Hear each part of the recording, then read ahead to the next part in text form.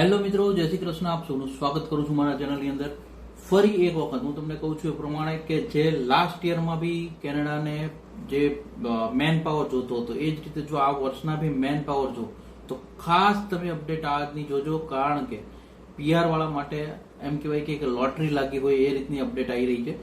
શાંતિથી જોશો એટલે તમને ખ્યાલ આવી જશે. 3 કે 5 મિનિટની વાત હશે. એ પહેલા વિડીયોને હાઈપ અને શેર કરી દેજો અને લાઈક લાસ્ટમાં કરજો. ગમે તો કરજો, ના ગમે તો ના કરતા. અને તમારા કોઈ સવાલ હોય કોમેન્ટ કરજો, આપણે સોલ્વ કરવાની કોશિશ કરતા રહેશું.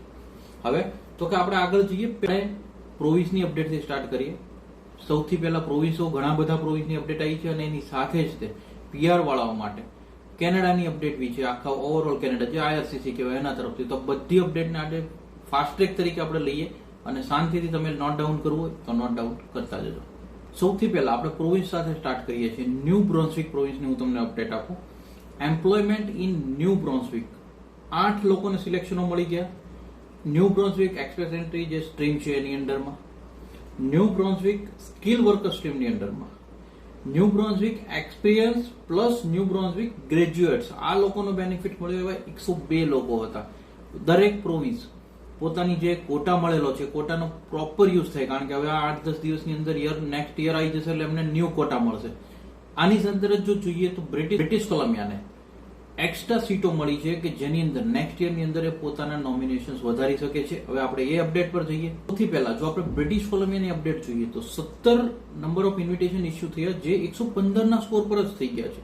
EIB સ્ટ્રીમ જે એન્ટરપ્રેન્યોર માટે ચાલે છે એની અંદર તો એ લોકો માટે એક સારી ન્યૂઝ કહેવાય. અને રિજનલ સ્ટ્રીમ જે હોય આમાં 5 કરતા ઓછો આઈટી ઇસ્યુ થયા, પરંતુ 107 ના કટ ઓફ સ્કોર પર, એટલે કે બ્રિટિશ કોલંબિયા છે ઇન્વેસ્ટરને ઇન્વાઇટ કરતું એવું આની અંદર દેખાઈ રહ્યું છે. રિજિયન્સની જો હું તમને એક ડિટેલ નાની એમથી આપું તો કેરીબોસ છે, કુટનીસ છે, નેચકોસ છે, નોર્થેક્સ છે, આ બધી જગ્યાએ ઇન્વેસ્ટર પ્રોગ્રામ ઇન્વાઇટ કરતું એવું દેખાઈ રહ્યું છે. થોમ્સન ઓકાંગન છે અને વેનકુવર આઇલેન્ડ જે છે કોસ્ટ જે કહેવાય છે એ આખી જે પ્રોસેસ છે ત્યાં આગળ બ્રિટિશ કોલંબિયા ઇન્વાઇટ કરી રહ્યું છે. આની સાથે જ તે જો જોઈએ તો બ્રિટિશ કોલંબિયા પહેલું એવું પ્રોવિન્સ બની ગયું છે જેમણે એમના 2026 ના નોમિનેશનના જે કોટા છે આનું ડિક્લેરેશન આપ્યું છે. જે 4000 સ્લોટ એમને મળ્યા હતા, પ્લસ એમને ડિમાન્ડ વધારે હોવાને કારણે રિક્વેસ્ટ ઉપર એમને 1254 એડિશનલ કોટા મળ્યો છે, એટલે હવે સ્લોટ થઈ ગયા 5254. પરંતુ એ બાદ એમને ફરી એક વખત રિક્વેસ્ટ હતી ત્યારે 960 એડિશનલ ઓર કોટા એમને આપવામાં આવ્યો. એટલે હવેથી બ્રિટિશ કોલંબિયાનું જે પીઆર વિચારતા હોય તો એ લોકો માટે ટોટલ પીએનપી ની અંડરમાં 6214 સ્લોટ જે છે એ 2026 માટેના અનાઉન્સ થઈ ગયા છે. અને બ્રિટિશ કોલંબિયા પહેલું એવું પ્રોવિન્સ છે કે જેમણે અનાઉન્સમેન્ટ 2026 નું ઓલરેડી ડિક્લેર કરી દીધું છે. અને ત્યારબાદ જો આપણે જોઈએ તો મેનિટોબા પ્રોવિન્સ, જેમણે 63 ઇન્વિટેશન જેમનો કોટા બાકી હતો એમનો યુઝ કરતા, એમ્પ્લોયર સર્વિસીસની અંદર 10, ફ્રેન્કોફોન કોમ્યુનિટીની અંદર 27, રિજનલ કોમ્યુનિટીની અંદર 5 અને ટોટલ બાકી અધર્સની અંદર 21. આ રીતના અલગ અલગ એમને ઇન્વિટેશન રિલીઝ કરી અને વિદ્યાર્થીઓને ફાયદો આપ્યો છે.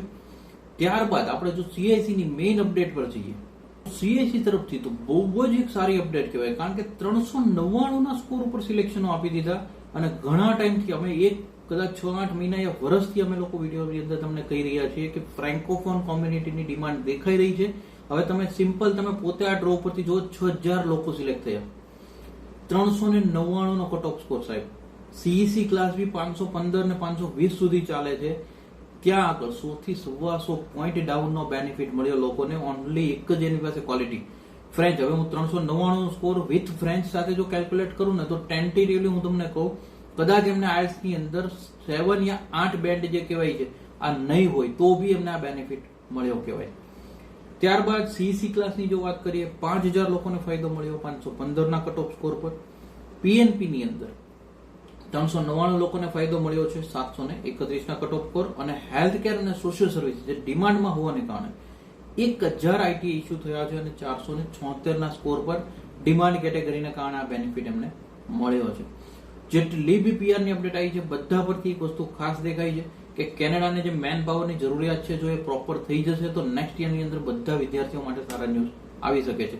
પોઝિટિવ હોપ સાથે આગળ વધો.